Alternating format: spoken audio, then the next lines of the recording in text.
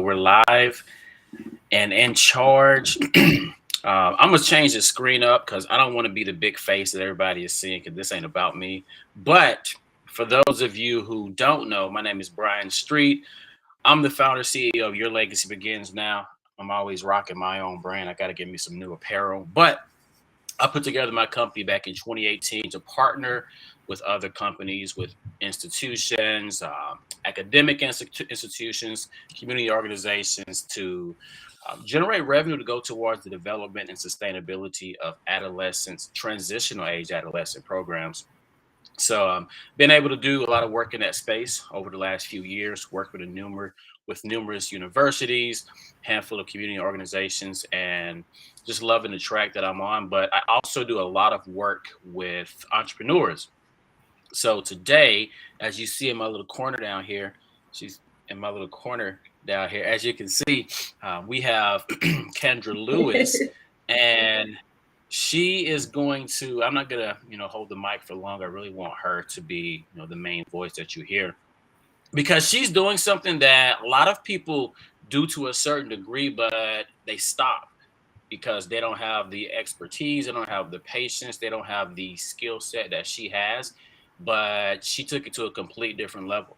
There's certain conversations that I have with her when it comes to healthy eating. And so many of us, when we hear healthy eating, we think, man, I wish I could eat healthy, but it's too expensive. Well, she's got a hack to that, and she may touch on it a little bit, but you're definitely going to want to go to her website and reach out to her directly if you want all the goods.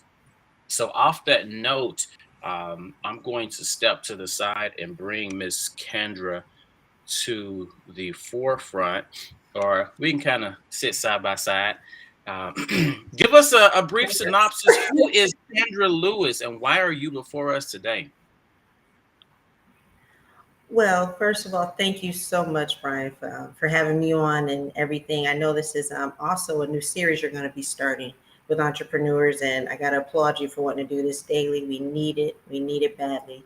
So, who is Candra Lewis? Well, she is a mother, a very proud one, of a recent graduate with honors. I will shout him out. He's 16. He did it. It was a lot of work. So, but he did it alongside watching me on this journey that I'm on.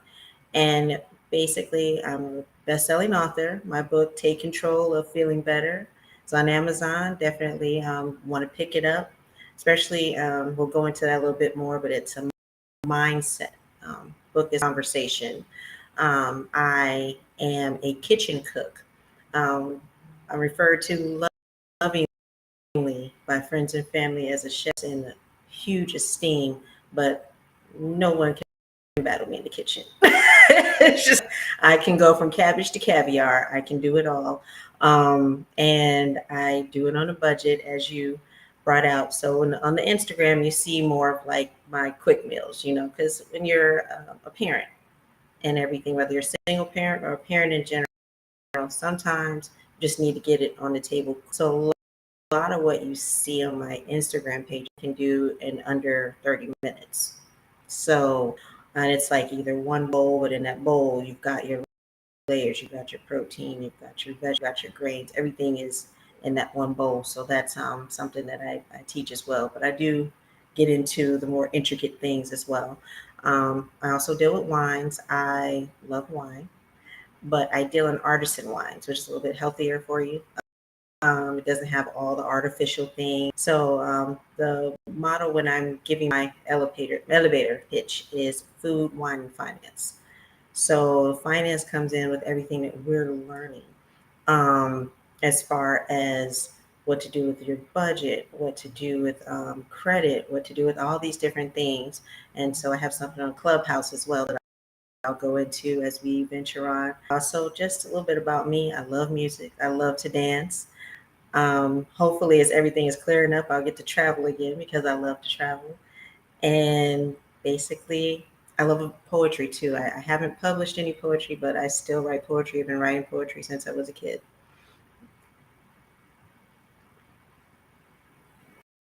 I love it. I love it. I love it. Now, You already know when you and I get together, we can talk for hours upon hours upon hours, but to respect Oh each yeah. other's time and to respect the time of the viewers, we'll try and be as concise as possible. But um, kind of share with us what got you into the space of, just that love of cooking, and what got you in that space of loving to cook, but doing it in a healthy manner. Wow. So you basically just pitched the book. That's the book right there, you know. Don't give us But all the I secrets. Don't give us all the secrets. right. But no, the stories are good, so that's why I want the book and the recipes. My grandmother and my great grandmother, my great aunts, um, cooking was just one of those things we did. My mother would cook. It was a lot of things surrounded food, a lot of things around, and it becomes such an intricate part. You don't realize how much of your culture is your food. Everything from when my grandmother would come and she would bring these bushels of greens that I didn't understand. Like my mom would be like, she's bringing a bushel. I'm like, what is this? Big old garbage bags. What we have to do? Pull out the newspaper and pick those things. And now we just go to the grocery store and pick them up. um, but when we would have family get-togethers, regardless of my mother's side or my father's side, food was big, and we're talking like tables, those long fold-out tables full of food. One would be like your sides, one would be your main dish, the other one would be desserts, seven-layer cakes, chocolate pie, egg pie, sweet potato pie, you name it, we had it. So as I started getting, older, I'm getting into things. We were very active. We were in swimming, and I was very much into dance, and having to work out and, um, being healthy. And then, of course, there were different things that came along health wise throughout the family. Had to make healthy changes. Different things that happened with me as I was growing up had to make changes. So I'm one of those people that if I have to do it, I just have to do it. But it's not going to be boring.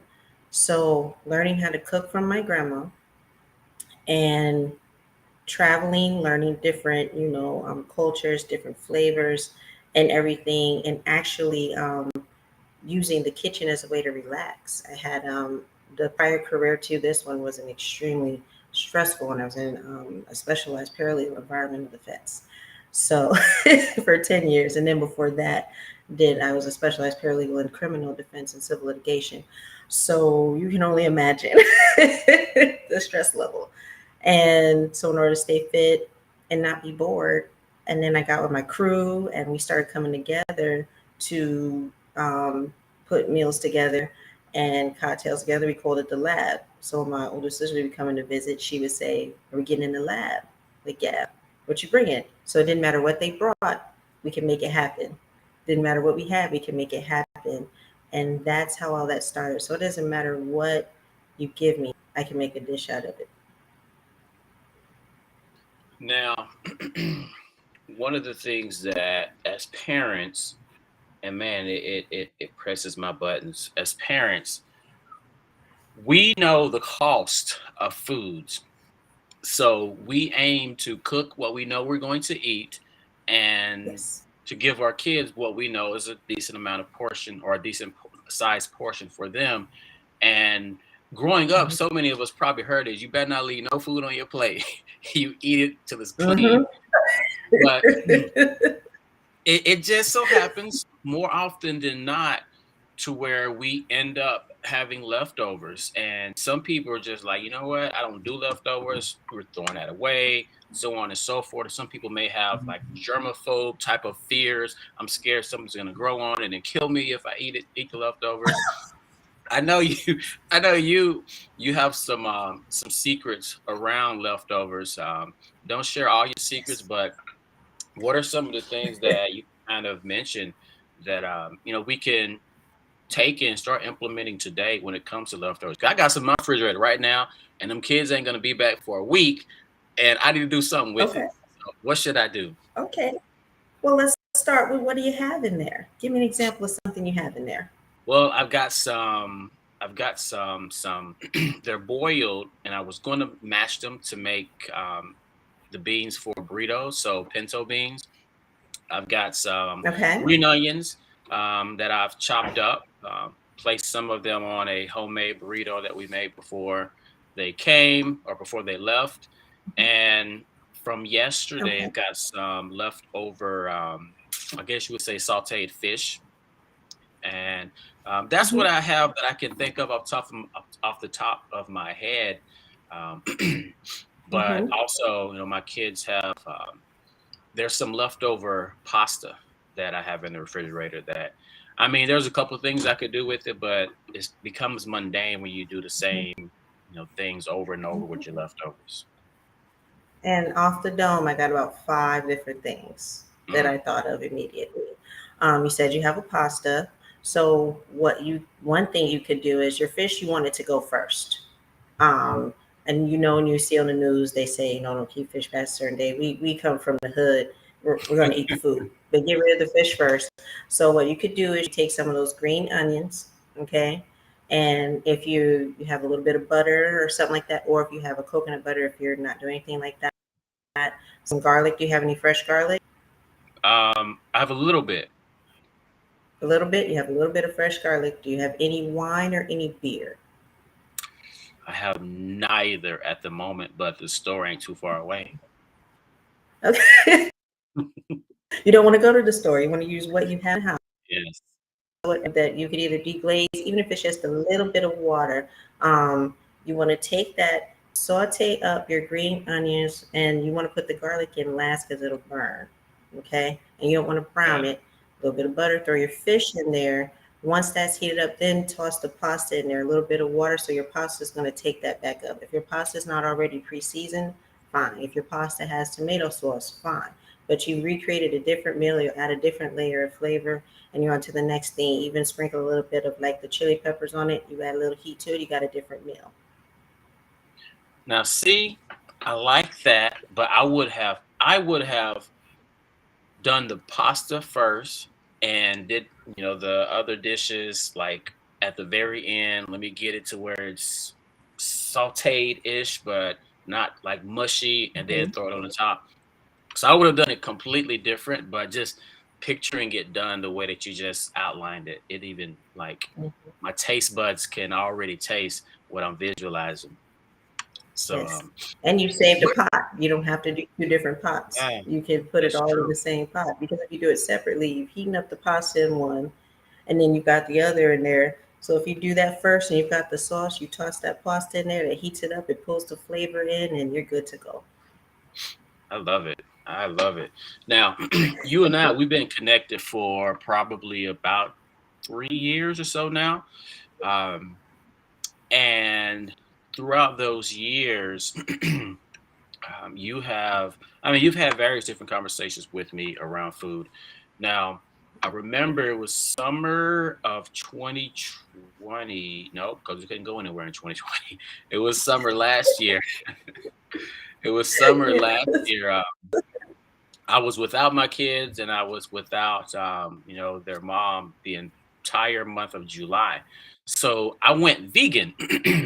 So Mm. I didn't do it intentionally. I kind of pulled the trick out of your bag before I even knew about the trick. I just ate what I had at the house. I didn't go and buy Yes. extra. I had all these different beans and legumes. Is that how you pronounce it? All those Mhm. different Yes. things in my pantry. And I say, you know what? These are healthy foods. Let me just figure out a way to cook these to where they taste somewhat good and not go out spending extra money that I don't need to spend. Yeah. So you have a skill around making non-meat related food look like and taste like meat, from what I hear.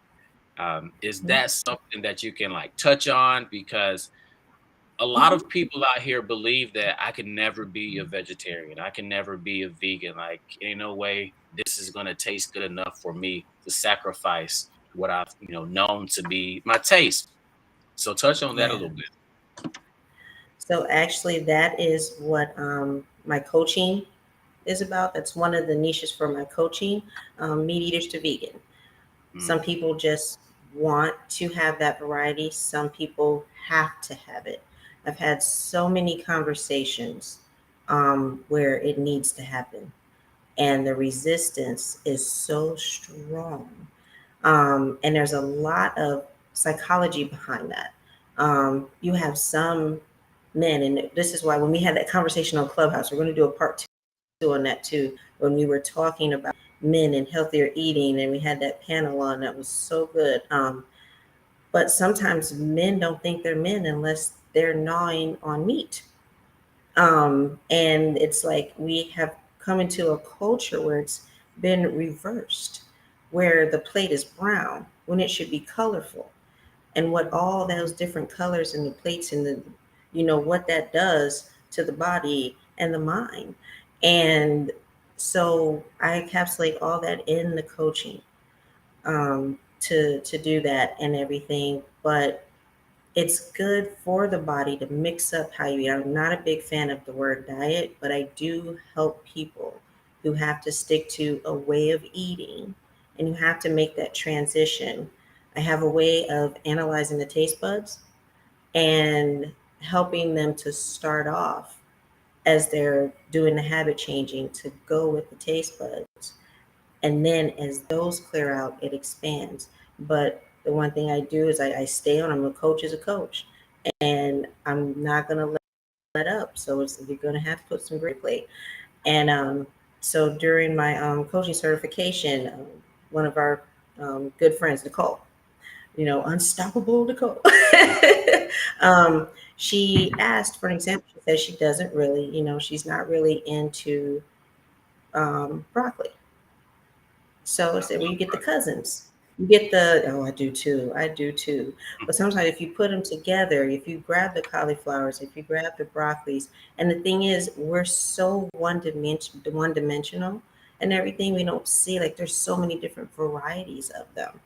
So you can get, your different colorful ones. They don't always have to be, the bright green. But I told her, said you bring the cousins in, and then that way you bring in what you like and put them together, like cauliflower and parsnips and carrots and parsnips. The parsnips bring the edge to it and everything. So there's different dishes that I put together with that.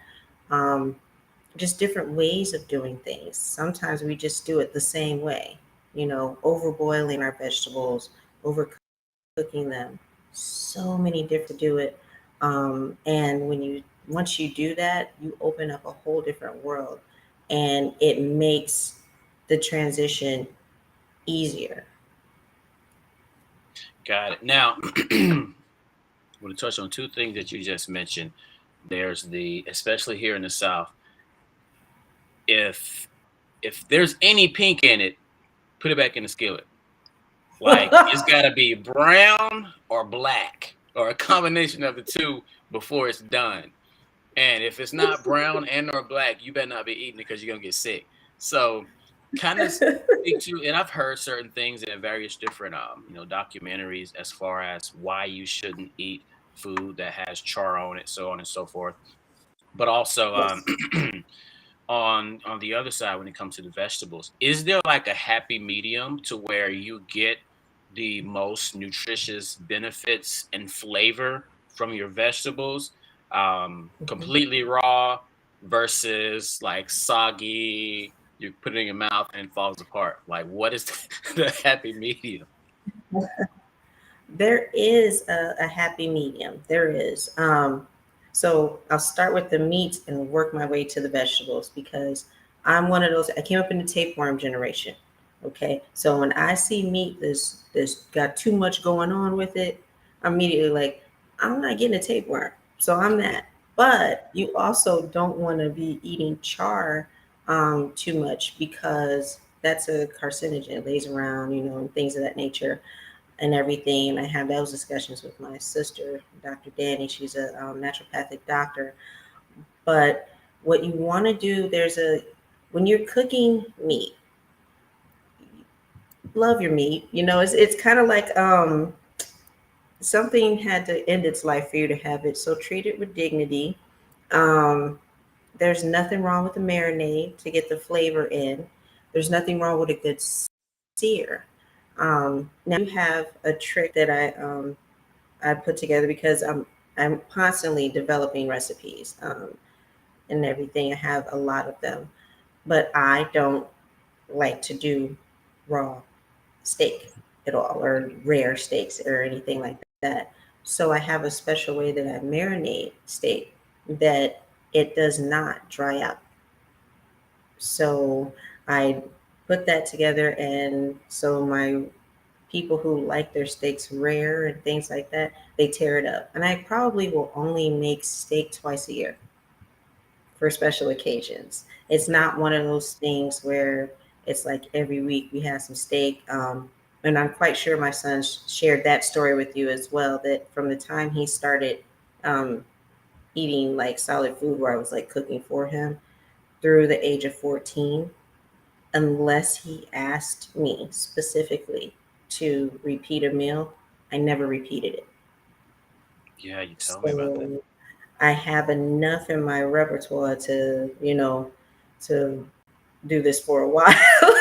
And when it comes to the vegetables, too soggy is always too much. Raw to kind of a medium cooking or whatever. And then there are certain vegetables, and that goes into the coaching too. So when someone come to me for coaching, they have to say, this is, the way I need to eat. I have to have these things in, my food lineup. I need to, make sure that I eat these a certain way. So there are some people where they can't cook anything at all. So I actually spent a 4 week period. I did it for 2 weeks at first, and then I spent 4 weeks as just completely 100% immersed in being a raw vegan. And let me tell you, those are soldiers. Raw vegans are some soldiers. Because there's a certain way that you have to go into that way of eating. But now I can transition, back and forth. And there's sometimes where I love it. I just, I'll go for a week. And I just want to be, raw vegan and eat that way, for a week or two and things like that. So, yeah. Man, there's so many questions. I'm gonna have to take your coaching session or something because everything that you mentioned, I want to dig deeper, and I'm relating it to my childhood. I'm relating it to like before I met my children's mom, um, specifically with. I mean, we're just gonna go there. What time is it? We got a few minutes. So before I met her, I didn't like steak. Like I didn't care for steak because the only steak Hmm. that I knew was the dried out black and brown steak. So when I met her and she was Yeah. like, "You don't like steak? What type of person are you?" And she made a steak for me. I'm like, "What is this? This ain't steak. This is not the steak that I know." But she would cook it medium well. So it was extra juicy and I Hmm. had never tasted steak like that. When it Hmm. comes to tomatoes coming up, I only had tomatoes after they were cooked and like super mushy. I hated that texture. But with her, we ate the tomatoes, chopped them up and however prepared them in a salad completely raw. A Hmm. little bit of olive oil, some salt and pepper, and Hmm. I'm like, this is actually good. And I remember the first time with bananas coming up. I don't know what Hmm. it was with bananas. When I was little, I hated bananas. But she made this dish with bananas, some lime, and a little bit of brown sugar or Mm. some type of sugar. And we Yes. called it banana pudding. I had never had that before, but having bananas like that made me fall in love with bananas. So I love that you mentioned you have to learn how to mix it up. You got to learn how to do it differently than I mean, and it's like Yes. that in almost anything in life. Like when it comes to entrepreneurship, you can't move Yes. as a worker the same way as an entrepreneur, the way you would, working for a company. So I love that you mentioned that. Now, one more thing Yes. in the cooking space before we dive into the wine. Um, teenagers Teenagers, most of them, I'm so Oh. thankful my son finally enjoys vegetables. I get those pre-made salads, and you may Hmm. have some feedback on those as well. But I get those pre-made salads from like Walmart Hmm. and such, and he loves them. what is it? We went eating somewhere the other day, and he was like, "No, I don't want that. I want this with the vegetables." So I'm glad that he's finally gotten to that space. But Mm, what give us a awesome. tip on? Man, I'm so thankful. Give us a tip, just one tip on how to get our kids in that, or what to do to get our kids to actually consume more vegetables.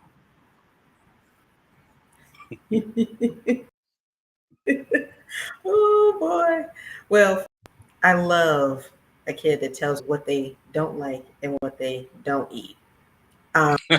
Um, when they're younger, translation for that is I'm tired of it. So when Yeah. you hear a younger kid say, I don't eat that or I don't like that, the translation, I'm tired of it. Um, but what I tell a lot of parents, and this a lot of times is the biggest fight. That's it. When we were kids, our parents put it in front of us, you ate it.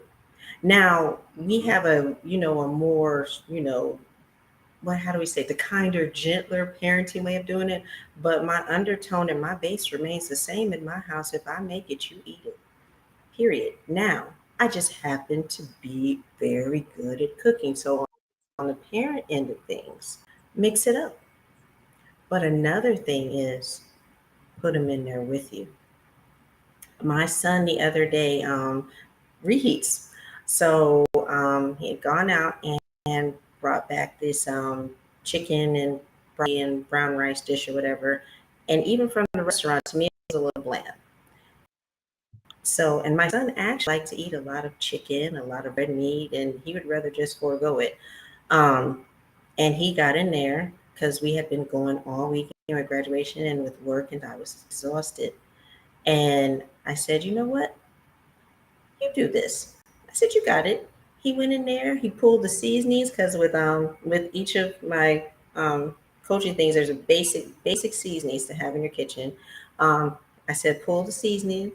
You know, pull this and then think on your own. Add some heat to it and everything. He couldn't find the Thai chili, so he used some habanero hot sauce. Got in there in the walked it up. Added the rice at the end, kind of like the trick I told you with the pasta. You see what I'm going here? Add one at the Mhm. end. So toss up, and it was delicious. And then he added something that he added a pinch of cinnamon, Hmm. and it actually lifted the heat in a certain way, but it complemented the greens. And if anyone like has read the book, and this is a tip that I put on Instagram and things like that, nutmegs, like those different things like that. If you are a person who, when you eat like greens or your kids eat greens and things like that, because a lot of times my son would grimace when I would make certain green leafy vegetables, and he would say, "It tastes like dirt." Hit it with some nutmeg. And Okay. because what it is that we are far removed. Our food has been so processed, even when we don't think it's processed, till our taste buds don't know nature. So hit it with a little bit of nutmeg, and it does something to pull down the acid taste that sometimes is in greens, and you'll see more. But I love a challenge. There are friends that come over to the house. I don't eat vegetables. I don't eat this. I don't.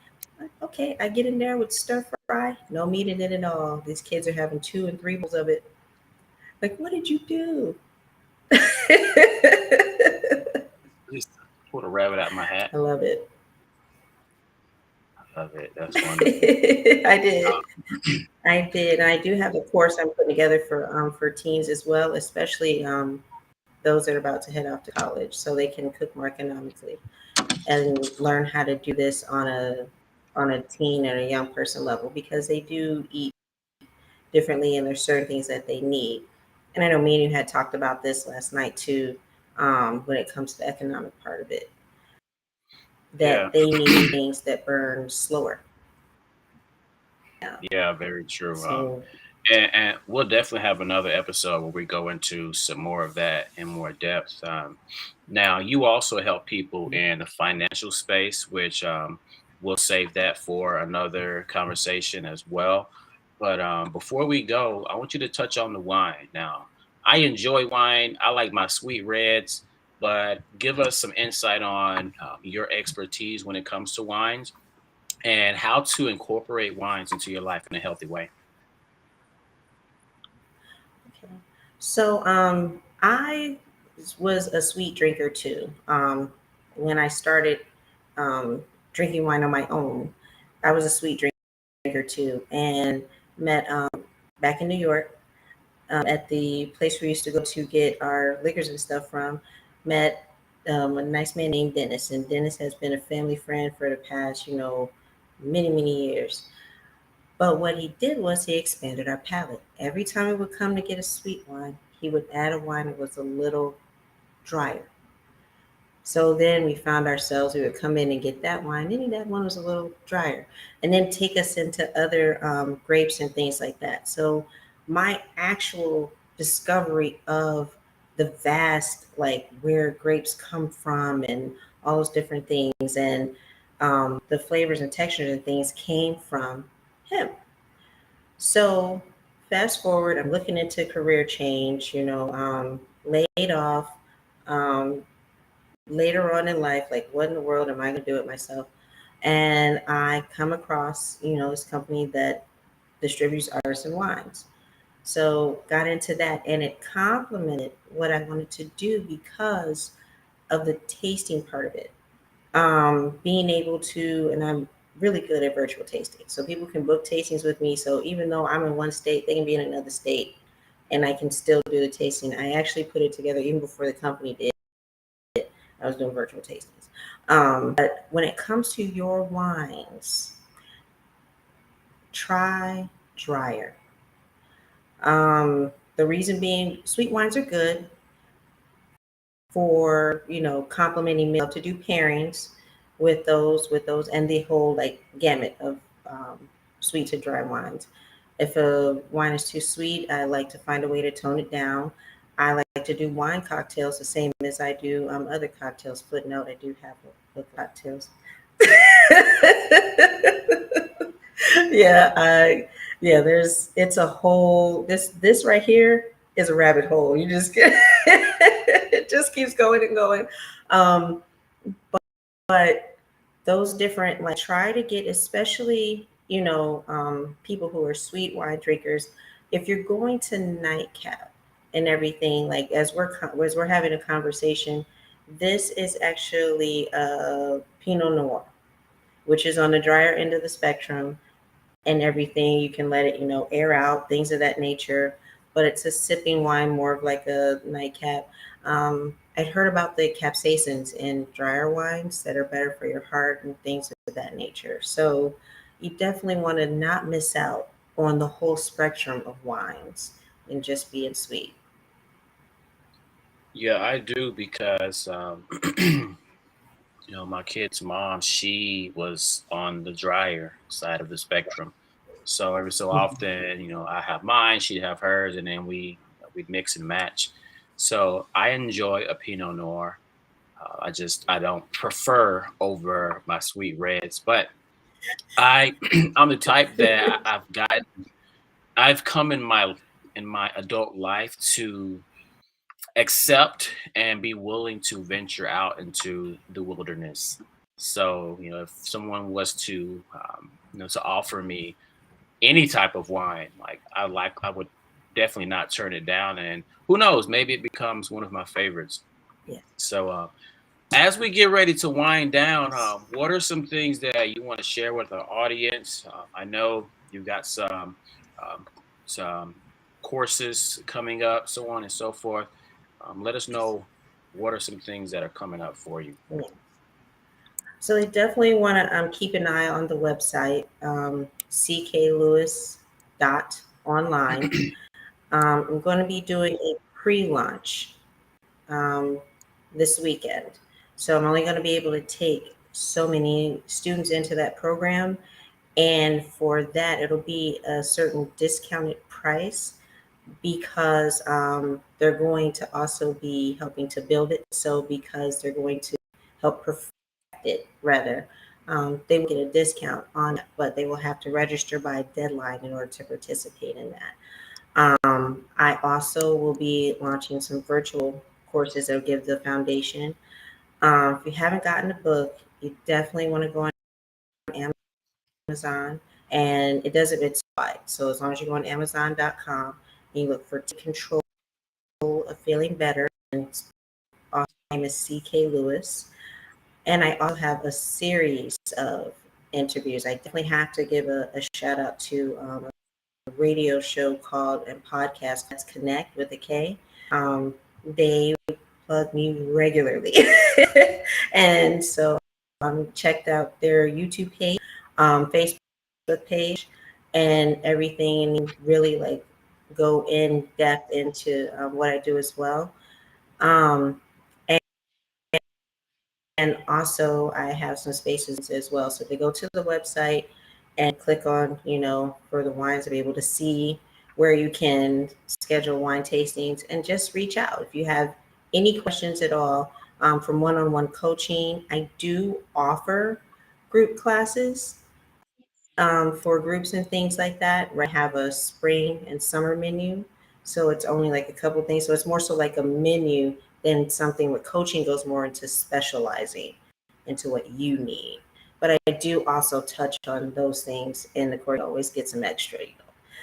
So Yeah, well, guys, you heard it from her. Make sure you go to cklewis.online and you get all the info on her wines, on her healthy cooking, group sessions, independent sessions. When you get this down, you can love what you eat and drink and still love your body at the same time. Because a lot of times we love what we eat, we drink, and then our body kind of bleh, so we don't love our body as much anymore. So get to where you can love what you eat, but also you continue to love yes. yourself as well. So thank you so much, Miss Kendra And I would love to Lewis. like one thing you did give me an idea about, Brian. You gave me this idea.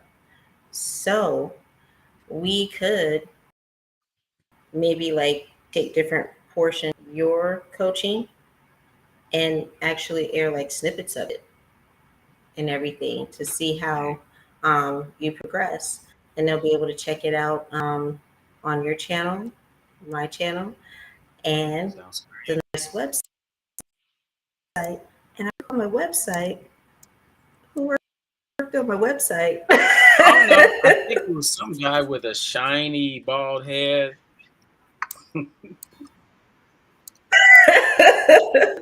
Yeah. So So yeah, Brian Street worked on the website. Awesome job. yeah. It's Always. something that We I definitely took it up. have to have our conversation. Yeah, for sure, for sure. I took up design, graphic design as a major back in my day, and I picked it back up and really had to use it during COVID to keep food on the table because I speak in front of people on a regular basis, and COVID said Yeah. no, you ain't doing that no more. So off that note, thank you again for your time, um, and we shall see you in a future. I'm gonna say episode because we're gonna keep this going and going and going. So thank you so Yes. much for your time. All right. Thank you, So Brian, for having me. I my appreciate pleasure. it so much.